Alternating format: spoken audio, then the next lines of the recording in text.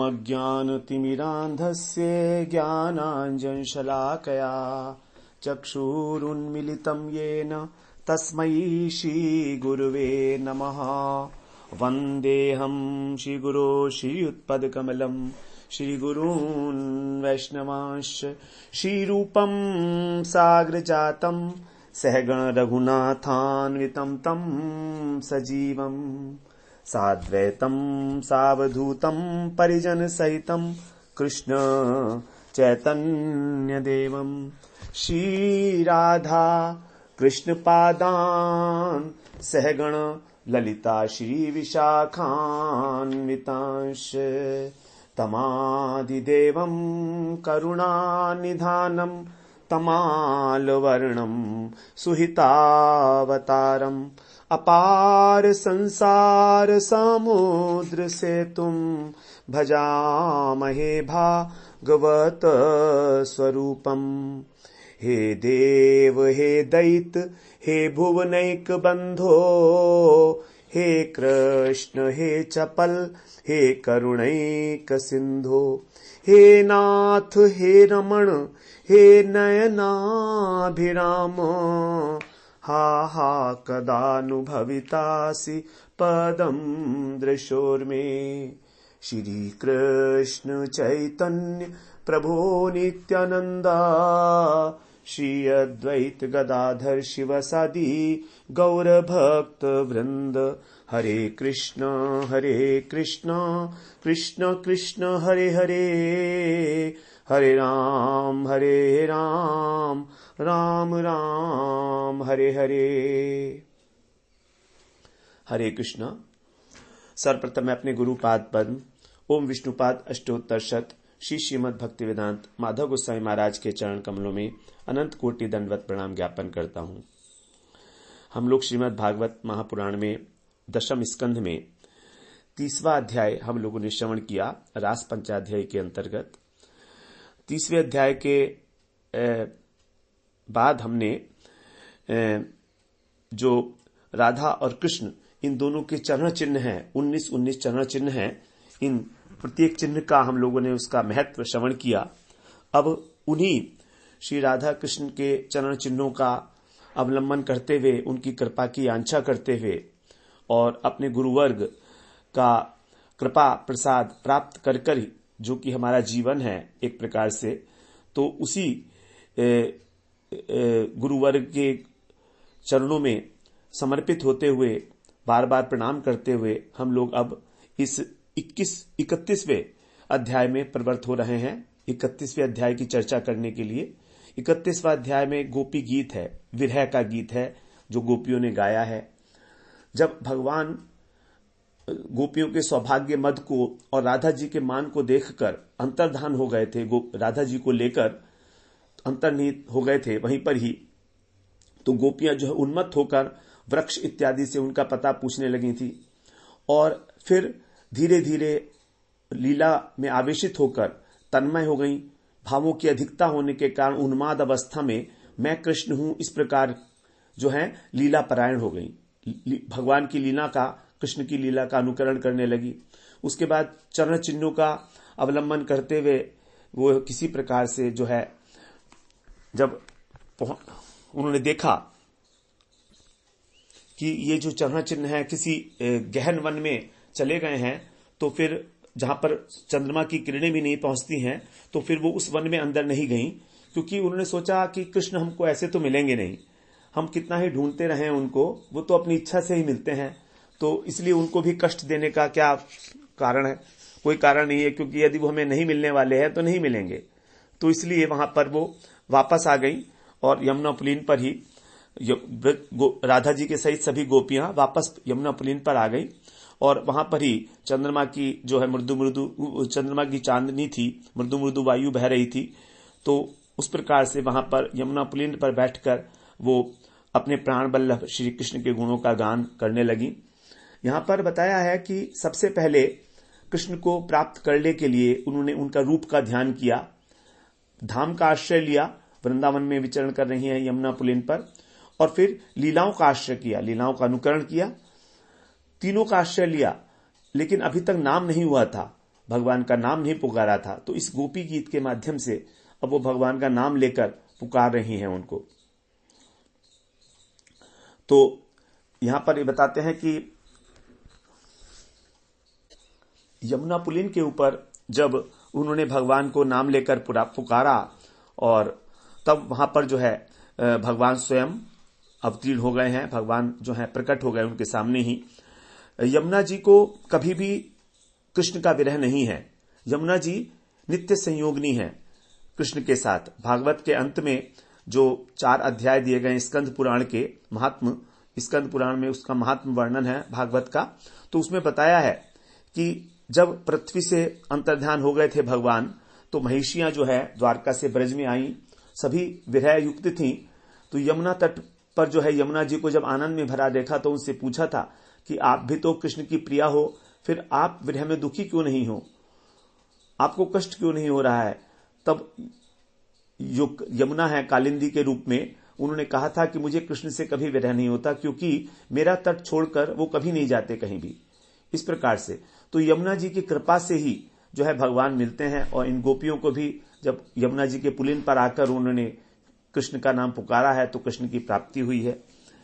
तो इस प्रकार यहां पर पहले गोपियों के द्वारा वेणु गीत गाया गया 21वें अध्याय में, उसके बाद फिर प्रणय गीत हुआ। प्रणय गीत हुआ रास पंचाध्यायी के पहले अध्याय में, अर्थात 29वें अध्याय में हम लोगों ने प्रणय गीत का वर्णन सुना। प्रणय का अर्थ है प्रणयन, अर्थात प्रणयन करना, जो हमारे हृदय को भगवान के योग्य बना दे। और अभी जो है यहां पर 31वें अध्याय में गोपी गीत आरंभ हो रहा है। गोपी गीत में 19 श्लोक हैं, मात्र 19 श्लोक हैं, लेकिन पूरा का पूरा भागवत का जो मकरंद है वो इन्हीं के अंदर समाया हुआ है। इसके अंदर जो है कनक मंजरी छंद है, बड़ा प्यारा छंद है ये। इसमें बड़ी विशेषता है कि जो पहले 4 चरण होते हैं, एक श्लोक के अंदर 4 चरण होते हैं, तो प्रत्येक चरण का द्वितीय अक्षर समान होगा। जैसे अगर हम पहला वाला श्लोक लेंगे तो जयति ते अधिकम, तो ज यो यहां पर भी आया है, श्रेयत में भी यह आया है, दैत में भी यह है, और त्वयी में भी है दूसरा अक्षर।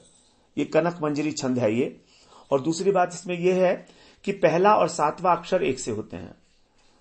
तो जैसे यहां पर जयति ते अधिकम, फिर तो पहला और 7वां अक्षर एक ही होंगे। जो आधा अक्षर है उसको जो है काउंट नहीं किया जाता है संस्कृत में। इस प्रकार से कनक मंजरी छंद के अंदर जो है ये गोपी गीत गाया गया है गोपियों के द्वारा।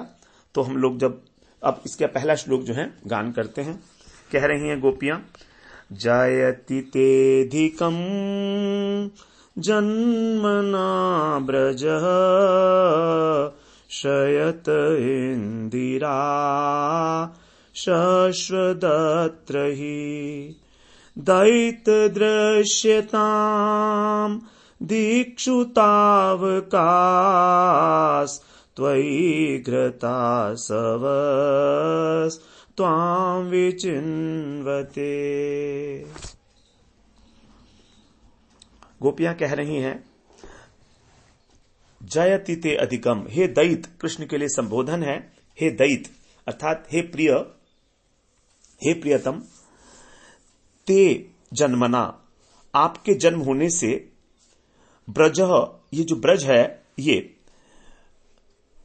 वैकुंठ से भी अधिक, जयति माने उत्कर्ष को प्राप्त हो रहा है। आपके जन्म होने से ये जो ब्रजमंडल है ये वैकुंठ से भी अधिक उत्कर्ष को प्राप्त हो रहा है। और इसका कारण क्या है?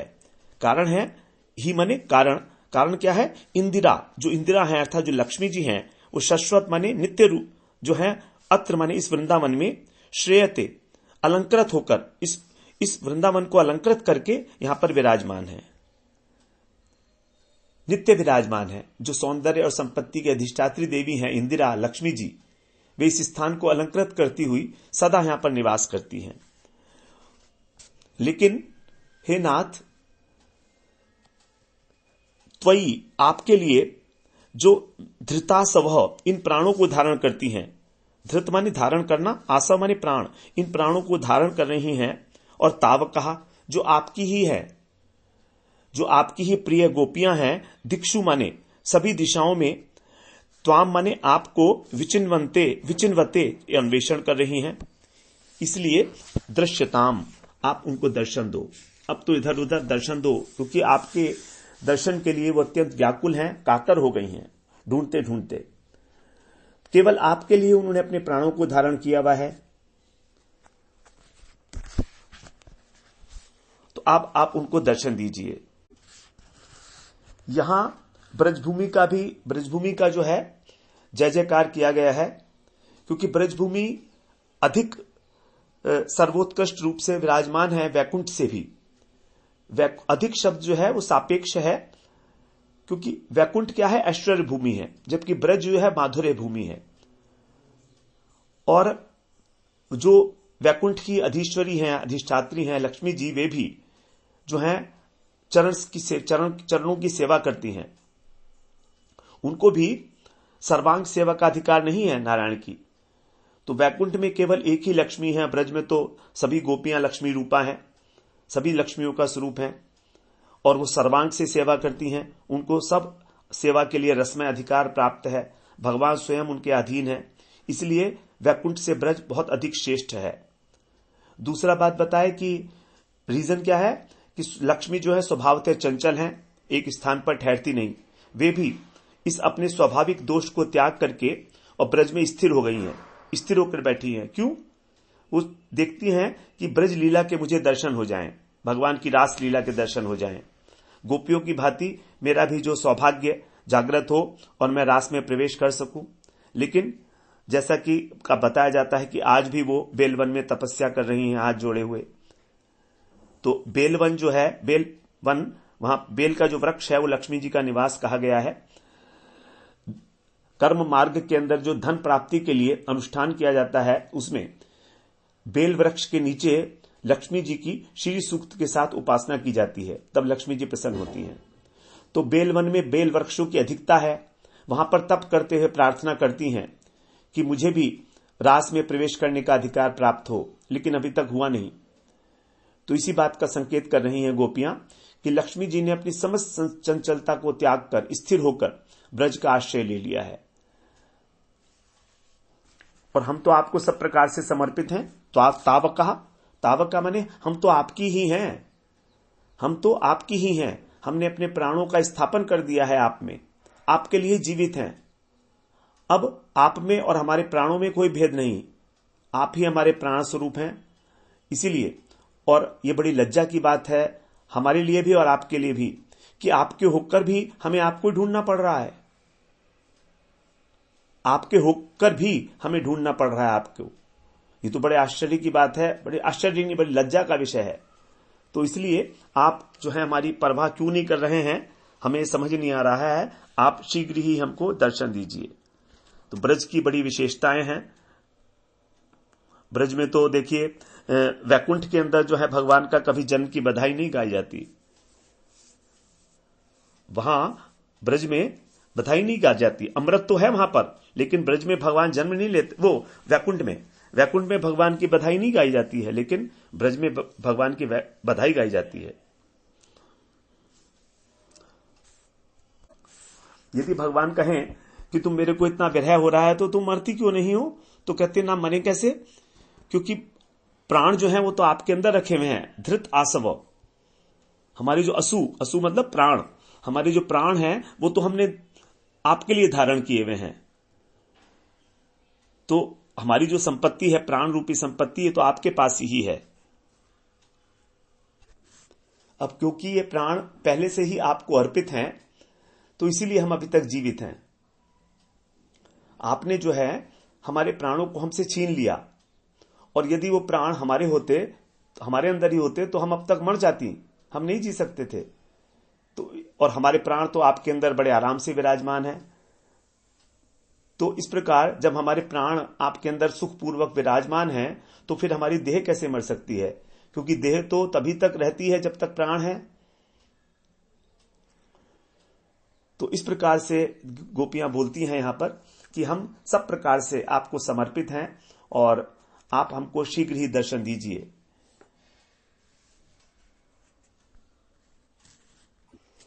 तो वापस यमुना पुलिन पर आकर गोपियां इस प्रकार से जो है भगवान का नाम लेकर पुकार रही हैं। इसमें भगवान के नाम का आश्रय लेकर पुकार रही हैं, क्योंकि भगवान की इच्छा के बिना उनको कोई प्राप्त नहीं कर सकता। यमे वैश्य वृणुते तेन लभ्यस तस्यैष आत्मा विवृणुते तनुं स्वाम। जिसको करुणा करके दर्शन देना चाहें वो दर्शन कर सकता है, और उनकी करुणा की प्राप्ति केवल नाम संकीर्तन के द्वारा होती है। इसी सिद्धांत को प्रतिपादित करते हुए ये वाला श्लोक कहा गया है, क्योंकि कहा है भगवान ने, नाहम वसामि वैकुंठे योगी नाम हृदयेन च मद्भक्ताः यत्र गायन्ति तत्र तिष्ठामि नारद।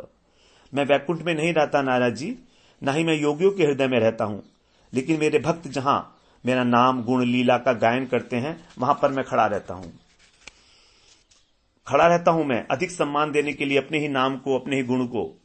इसलिए गोपियां जो है यहां पर नाम गुण लीला का कीर्तन कर रही हैं और कृष्ण जो है श्रवण कर रहे हैं। इस प्रकार से तो विश्वनाथ चक्रवर्ती पाद ने तो यहां पर बड़ी सुंदर बात कही है। एकात्रिंशे प्रेम मधु स्वर तालाधि सौरभा गोपी गीतांबुज श्रेणी कृष्णाल्याकर्षणी बभौ।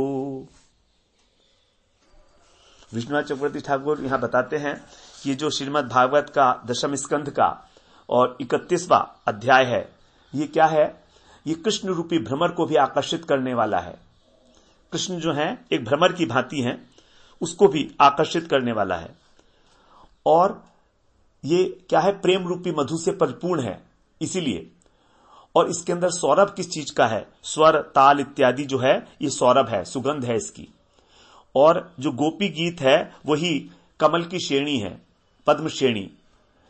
तो इस प्रकार से यहां पर बताया गया है कि इतना इसका महिमा है इस 31वें अध्याय की, कि इसी को श्रवण करके भगवान जो है आकर्षित हुए हैं। भगवान को आकर्षी कृष्णा आल्याकर्षणी बभौ, कि ये 31वां अध्याय जो है कृष्ण को आकर्षण करने वाला बन गया। तो यहां पर सबसे पहले बताया ब्रजमंडल का सौभाग्य, ब्रजमंडल की जय की गई। यहां पर अधिक पद का जो प्रयोग है वो इसीलिए है कि ब्रजमंडल वैकुंठ से भी अधिक है। वैकुंठ की शोभा से अधिक है वृंदावन की शोभा। वैकुंठ सर्वोत्कृष्ट है, ये बात ठीक है। भू भुवय स्व जन मह तप सत्य, ये 7 लोक हैं। उसके ऊपर फिर देवी धाम है, फिर सदाशिव धाम है, उसके ऊपर फिर वैकुंठ धाम है। तो ये त्रिगुणातीत है बिल्कुल। गोलोक नामनि निज धामनि तले च तस्य देवी महेश हरिधाम सुतेषु तेषु ते ते प्रभाव निचया विहिताश्रयेन गोविंदमादि पुरुषम तमहम भजामि। गोविंद कहाँ रहते हैं? आदि गोविंद, जो गोविंद श्री गोलोक वृंदावन धाम में रहते हैं। और उसके नीचे क्रमशः विराजित कौन कौन से धाम है? वैकुंठ, उसके बाद शिव धाम, सदाशिव धाम, उसके बाद देवी धाम।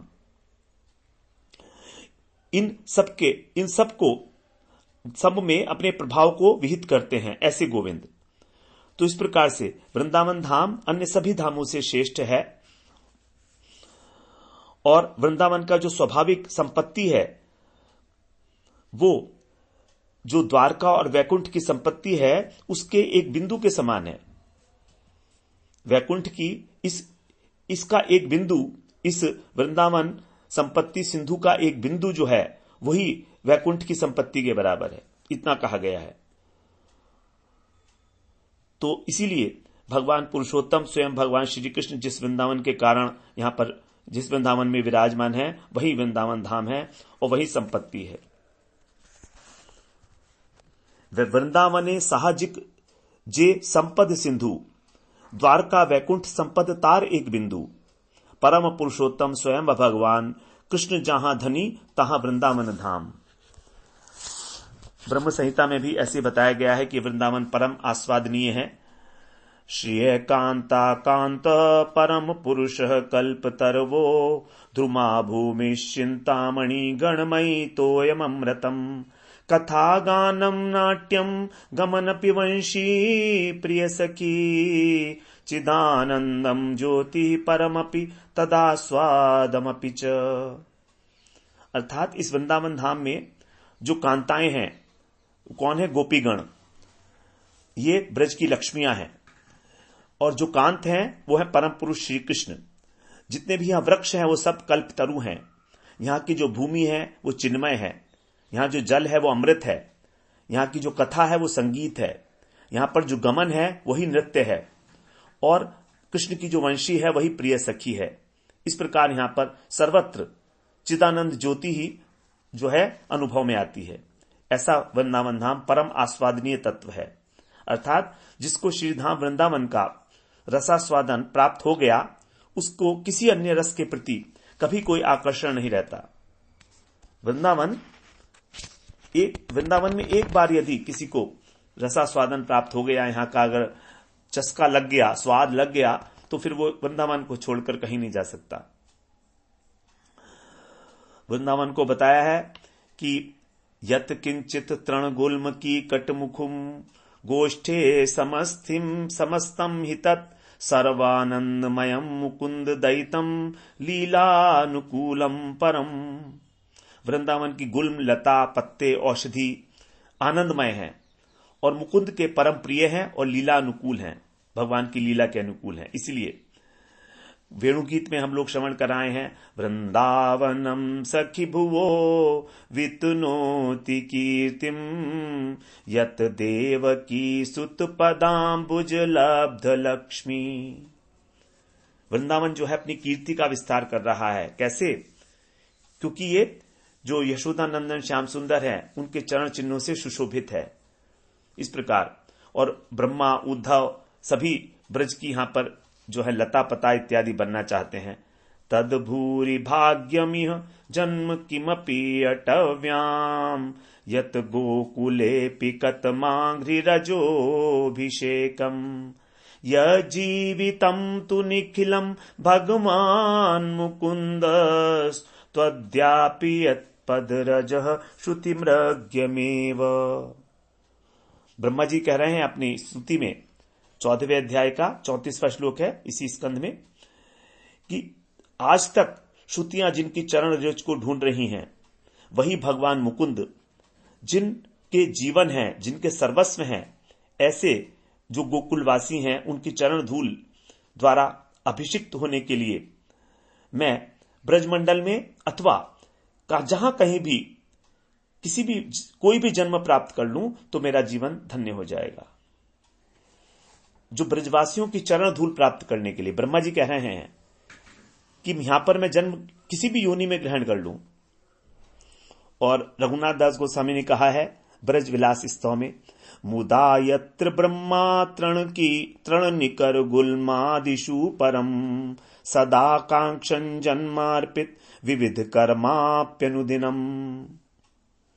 अर्थात भगवान द्वारा जो विश्व इत्यादि का कार्य है उसमें अत्यंत व्यग्र होने पर भी ब्रह्मा परमानंद पूर्वक जिस ब्रज में तृण गुल्म औषधि जन्म ग्रहण करने की आकांक्षा प्रकाशित करते हैं, ऐसे वृंदावन की महिमा का यहां पर वर्णन किया गया है। तो वृंदावन के विषय में आगे जो उद्धव जी हैं जब गोपियों से मिलेंगे तो बताते हैं, आसामहो चरण रेणु जुषामहं श्याम वृंदावने किमपि गुल्मलतौषधीनाम या दुस्त्यजम स्वजनम आर्यपथंच हित्वा भेजुर्मुकुंद पदवीं श्रुतिभिर्विमृग्याम। कहते हैं कि मैं बड़ी दुर्लभ विषय की वस्तु की इच्छा कर रहा हूं। क्या है? कि मैं इस वृंदावन में कोई गुल्म लता औषधि बन जाऊं। उद्धव जी कह रहे हैं उससे क्या होगा भैया? ब्रज गोपियों की जो चरण धूली है उसका एक कण मुझे मिल जाएगा। एक कण, ब्रज धूली पूरी नहीं, एक कण। कितने बड़े आश्चर्य की बात है। क्यों चाहिए ब्रज गोपियों का चरण रज का एक कण? कि इन्होंने जो अत्यंत दुस्त्यज हैं, जिनको छोड़ा नहीं जा सकता, ऐसे स्वजन, आर्यपथ की मर्यादा, लोक मर्यादा, वेद मर्यादा, सबका परित्याग करके कृष्ण की आराधना की है। और कृष्ण जिस पदवी को, जिस सेवा को श्रुतियां आज तक केवल अन्वेषण मात्र कर रही हैं, उनको मिला नहीं है अभी तक। इस प्रकार का सौभाग्य उनका नहीं हुआ है। ऐसे वृंदावन की महिमा बड़ी अनंत है, बड़ी अनंत महिमा है। इसको रघुनाथ दास गोस्वामी ब्रजविलास स्तव में कहा है, न ब्रह्मा न च नारदो न हि हरो न प्रेम भक्तोत्तमा सम्यक ज्ञातुमिहांजसहरति तथा यस्योच्छलन् माधुरीम् किन्त्वेको बलदेव एव परितः सार्धं स्वमात्रा स्फुटम् प्रेम्णाप्युद्धव वेत्ति नितरां किं सव्रजो वर्णयते। ब्रह्मा, नारद, शिव और जितने भी प्रेमी भक्तगण हैं, वे भी जिस वृंदावन की जो माधुरी है उसको सम्यक रूप से ग्रहण करने में, उसका अनुभव करने में समर्थ नहीं है। और लेकिन एकमात्र जो बलदेव प्रभु हैं, वे अपनी मैया रोहिणी जी के साथ इस ब्रज की महिमा को संपूर्ण भाव से जानते हैं। उद्धव जी भी प्रेम के प्रभाव से ब्रज की महिमा को निश्चित रूप से जानते हैं। मैं उसी वृंदावन की महिमा का कैसे वर्णन कर पाऊंगा? मुझ जैसे साधारण व्यक्ति उस वृंदावन की महिमा का क्या वर्णन करेगा? तो यहां पर जो रघुनाथ दास गोस्वामी बड़े दीन भाव से कह रहे हैं, अन्यत्र क्षण मात्रम अच्युत पुरे प्रेमामृतांबो निधि स्नातोप्यच्युत सज्जनैरपि समं नाहं वसामि क्वचित् किन्त्वेव मत्र ब्रजवासिनामपि समं येनापि केनाप्यलम् संलापैरमं निर्भर प्रतिमुहुर्वासोस्तु नित्यं मम। वृंदावन में जन्म जन्मांतर वास करने की इच्छा को व्यक्त करते हुए कह रहे हैं कि प्रेम सिंधु में स्नात भगवत जनों के साथ मैं अन्य किसी भी धाम में क्षण भर के लिए भी वास नहीं करूंगा, लेकिन ब्रजवासियों के मध्य जो प्रेम शून्य व्यक्ति हैं, उनके साथ भी यदि मुझे व्यर्थ का बातचीत करना पड़े, समय व्यतीत करना पड़े, तो भी अत्यंत आसक्ति के सहित मेरा नित्य ब्रजवास होता रहे। नित्य तो देखिए ब्रजवासी की कितनी महिमा है।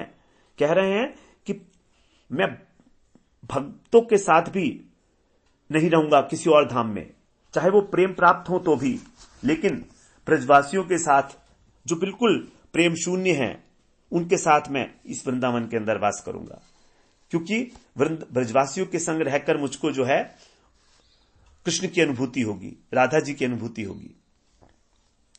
राधा और कृष्ण ब्रजवासियों को बहुत प्रेम करते हैं। उनके साथ ग्राम्य कथा सुनकर भी जो है रघुनाथ दास गोस्वामी प्रसन्न हैं। और जो प्रबोधानंद सरस्वती पाद हैं, उन्होंने तो पूरा का पूरा महिमामृत ही लिखा है। अनेक अनेक पद लिखे हैं महिमामृत के, वृंदावन महिमामृत में, वृंदावन की महिमा के प्रति। तो उस सब का आस्वादन तो हम लोग नहीं कर पाएंगे, लेकिन एक पद हम उसका जरूर ले लेते हैं। कह रहे हैं कि भ्रातशितष्ट तले तले विटपिनाम ग्रामेषु भिक्षामट स्वच्छंदं पिब यमुना जलमलं चिरैः सुकंथां कुरु सम्मानं कलयति घोर गरलं नीचापमानं सुधाम श्री राधा मुरलीधरौ भज रसाद वृंदावनम मात्यज। अरे मेरे भाई सुनो, यदि तुम वृंदावन में वास करते हुए राधा माधव का भजन करना चाहते हो तो मेरी एक शिक्षा ग्रहण कर लो। क्या शिक्षा है? कि वृंदावन धाम में तुम वृक्षों के नीचे निवास करते हुए जीवन यापन करो। भूख लगे तो गांव में जाकर भिक्षाटन कर लो, प्यास लगे तो यमुना जी का जलपान कर लो। मार्ग में जो वस्त्र पड़े हैं उनका कॉपी निर्माण करके पहन लेना। यदि कोई सम्मान करे तो उसको जहर की तरह समझना, और यदि कोई नीच व्यक्ति तुम्हारा अपमान करे तो उसे अमृत के समान मानना, और निरंतर भाव के साथ राधा माधव की सेवा करना। किसी भी परिस्थिति में वृंदावन का त्याग मत करना। यदि शरीर से ब्रजवास नहीं होता है तो मन से तो ब्रजवास करो ही, मन से ब्रजवास करो। तो वृंदावन की तो बड़ी महिमा है, अनंत महिमा है।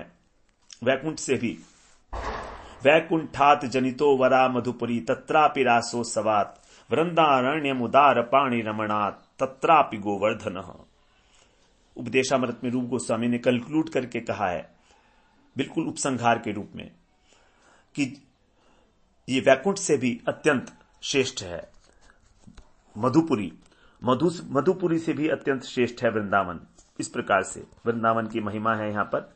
तो यहां पर मथुरा भी मथुरा भी जो है, मंडल कहने से भी ब्रज मंडल का ही भाव आएगा।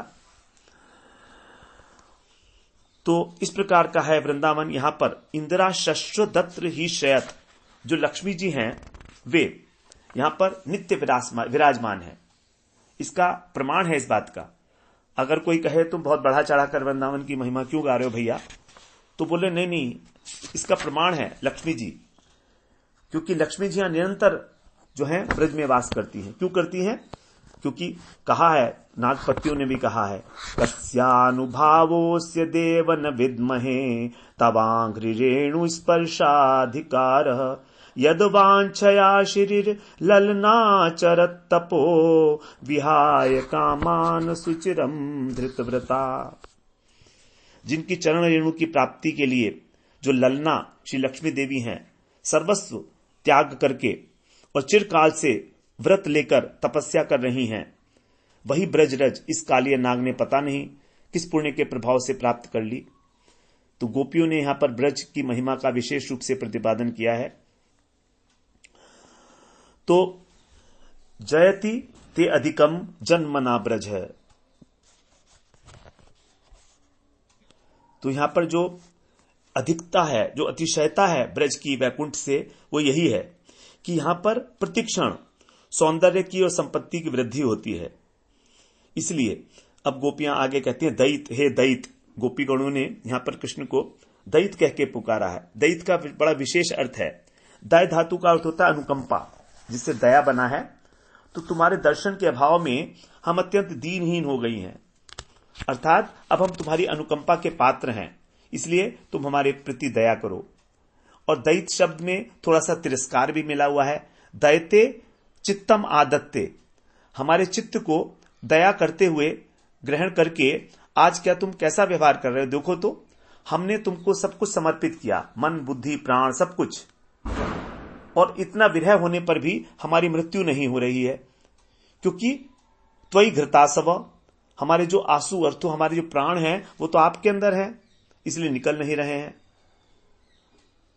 क्योंकि यदि हम प्राण त्याग भी देती हैं तो तुमको तो बड़ा कष्ट होगा, ये हमें मालूम है, इसलिए हम तुम्हारा विरह सहन करके भी जीवित हैं अभी तक। तो यहां कृष्णदास गोस्वामी जो हैं बताते हैं कि गोपियों की प्रेम की पराकाष्ठा है, क्योंकि उनके अंदर कृष्ण के प्रति एकांतिक कृष्ण की इंद्रियां प्रीति वांछा है। स्वप्रीति वांछा, स्वसुख बिल्कुल नहीं है उनके अंदर। अपने सुख की, अपने दुख की कोई परवाह नहीं, केवल और केवल कृष्ण को सुखी करना, चाहे कैसे भी हो। यदि प्रियतम को हमें दुख देकर प्रसन्नता होती है तो वो दुख ही हमारे लिए परम सुख का स्वरूप हो जाता है।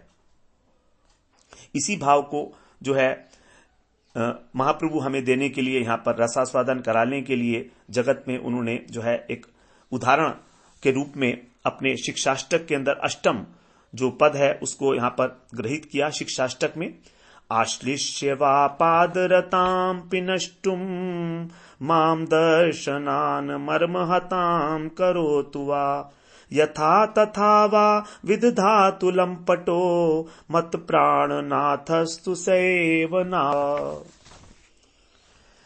कि वह जो लंपट है, शठ है, कृष्ण अपने चरणों में जो अनुरक्त इस दासी को चाहे आलिंगन दे, आनंदित करे, अथवा अपने चरण तल में रौंद दे, पतित करके कुचल डाले, अथवा दर्शन ना दे और मर्महत करे, जैसी इच्छा हो व्यवहार करे, यहां तक कि मेरे सामने ही दूसरी अपनी प्रियाओं के साथ रमण करे, तो भी मेरे प्राणनाथ तो वही हैं, उनके अतिरिक्त और कोई नहीं है। तो इसी बात को यहां पर कह रहे हैं ताबका, कि आपने हमें स्वीकार किया है और हम आपकी ही हैं, हम आपसे अलग नहीं हैं। इसलिए दिक्षु त्वाम विचिन्वते, चारों ओर आपका आप अन्वेषण कर रही हैं। दिक्षु का मतलब बहुवचन है यहां पर। तो अतिशय भ्रमण, क्योंकि गोपियां बहुत भ्रमण कर चुकी हैं, सब देख चुकी हैं, तो अपना परिश्रम जो है बता रही हैं। तो यहां पर अन्वेषण के विषय में जो उनका परिश्रम है उसको बताया जा रहा है। और विचिन्वते में विस्मय भी है। तो यहां पर ऐसा ही है जैसे कहा जाता है, ये चाहत भी कैसी अजीब है, तुमसे ही चाहता हूं और तुम ही को चाहता हूं। तो जिस प्रकार जो चांदनी चांद का अन्वेषण करे तो विस्मय है, ठीक उसी प्रकार गोपियों का कृष्ण को अन्वेषण करना विस्मय कारक है। इसलिए कह रहे हैं दृश्यताम, आप जो है अब हमारे दुख को जानते हो, सर्वज्ञ हो, फिर भी आप जो है निर्विकारिता को धारण किए हो, उदासीन हो। यह आपके लिए अस्वाभाविक बात है, क्योंकि कृष्ण जो है पर दुख कातर हैं और हमारे दुख को आप इस प्रकार से जो है दूर करने के लिए हमें दर्शन दीजिए। इस प्रकार गोपियों ने कृष्ण को दर्शन देने के लिए प्रार्थना की है। तो ये गोपी गीत हमारा जो है कृष्ण को वशीभूत करने के लिए एक सिद्ध मंत्र की भांति है। और जब गोपांगनाओं के मुख से निश्चित हुआ है तो इसमें इतना भावपूर्ण एक गीत है कि कृष्ण को भी आनंद के समुद्र में निमज्जित कर देता है। इस प्रकार से हम लोग इसका पहला श्लोक आज श्रवण किए हैं। फिर अगले सत्र में हम लोग इसका दूसरे श्लोक में प्रवेश करेंगे। वांछा कल्पतरुभ्यश्च कृपा सिंधुभ्य एव च पतितानां पावनेभ्यो वैष्णवेभ्यो नमो नमः।